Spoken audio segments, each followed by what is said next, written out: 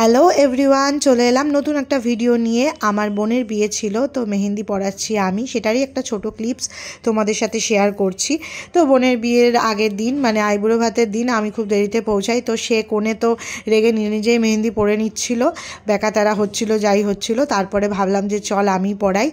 তো কিছুতেই একটাও ডিজাইন কিছুতেই মাথায় আসছে না, কোনোটাই ভালো লাগছে না। চুজ করতে করতেই 3টে বেজে গেল।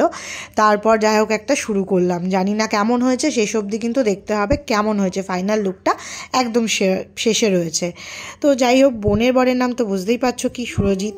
তো সুরজিতের নামটা এত বড় করে লিখতে হবে, বোনের মানে এস লিখলে হবে না, পুরো নামটা ওর বরের যেন একদম জলজল করে হাতে। সেটা নিয়েই আমাদের খুব সমস্যা ছিল, কিভাবে ডিজাইনটা ক্রিয়েট করব। তো যে দেখতেই পাচ্ছ লিখে দিয়েছি।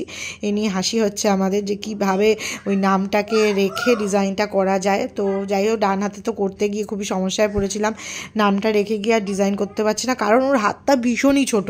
এই ছোট হাতে না কোনো ডিজাইন করতে গেলে না, একটু ডিজাইনটা করার পরে আর হাতে জায়গাই থাকে না, তখন বুঝতে পারি না যে কোথায় গিয়ে শেষটা করব, কিভাবে করব। আর সাইডে এত অল্প অল্প জায়গা থাকে যে তখন ওইখানে গিয়ে আর কিছু ডিজাইন করা যায় না। তোমাদেরও তাই হয় না?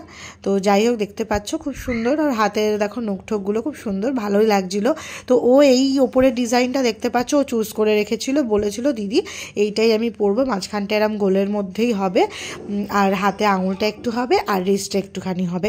তো সত্যি বলতে ডিজাইনটা কিন্তু পুরোটা করার পর, এটা জাস্ট সিম্পল ডিজাইন, কিন্তু করার পর খুব ভালোই লাগছিলো হাতটা।